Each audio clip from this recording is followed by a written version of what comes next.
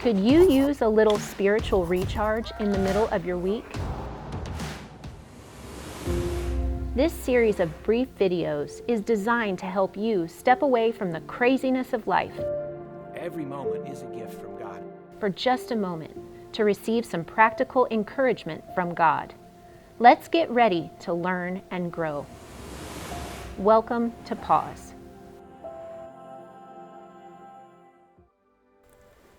Today, I want to talk to you about calendars. You probably use one to try to manage the chaos of your life. Maybe you've got a big paper calendar hanging on your wall. Or maybe you use something more portable. Maybe you prefer something digital. Your calendar can help you keep track of where you're supposed to be when, and it can spare you the pain of forgetting an important person's birthday or accidentally leaving your kid at soccer practice. You'll notice that your calendar is full of squares. Each square is like a frame around one scene from your life. The little numbers tell you which scene you currently occupy. You will fill that square with appointments and activities, with meetings and meals. Whatever you do, it has to go in one of those squares. Each square is God's gift to you. He's left you in charge of deciding what to put in it. When you fill up one square, the clock strikes midnight and you magically find yourself in the next square. The old one is gone forever. Then you fill up that new square, then leave it behind and move to yet another one. This is not a happy thought, but one of them will be your final square. You can't be sure which one, but one square won't lead to another. We each get a limited number of squares. In the Bible, there's a prayer written by Moses. It's recorded in Psalm 90.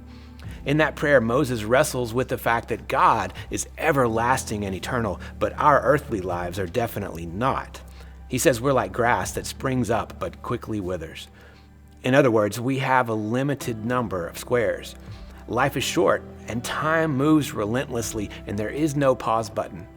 And it moves only one direction, from once upon a time to the end with no rewind. We will never have this moment again. Moses is clearly struggling with these realizations, and he makes a very wise request of God in verse 12.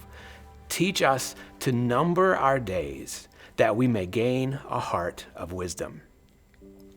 There's wisdom that comes from being aware of how fleeting life is. We learn when we contemplate our temporariness. I don't know if that's even a word, but it's a good thing to contemplate. When we realize we have a limited supply of days, we value those days more highly. If we count our days, we'll be more likely to make our days count. And the blunt but true message of Psalm 90 is that you are closer to that final calendar square than you have ever been. So you need to really live today. You've got to stop acting like you've got all the time in the world. There are people who matter to you that you want to bless. Bless them today. There are things you want to learn. Start learning them today. There's a difference you want to make in the world. Take steps in that direction today. Every moment matters. Count your days so you will make your days count. Later in Psalms, we read these words, "This is the day the Lord has made. We will rejoice and be glad in it." Every moment of this day is a gift from God. Your time is not really yours. The eternal God is letting you borrow it, and your time is limited. This is the day the Lord has made. The calendar square you currently occupy, this is the square the Lord has given. You'll never get it back. Do something that matters with it. Treat it as the huge blessing that it is. May God teach you to number your days, that you may gain a heart of wisdom.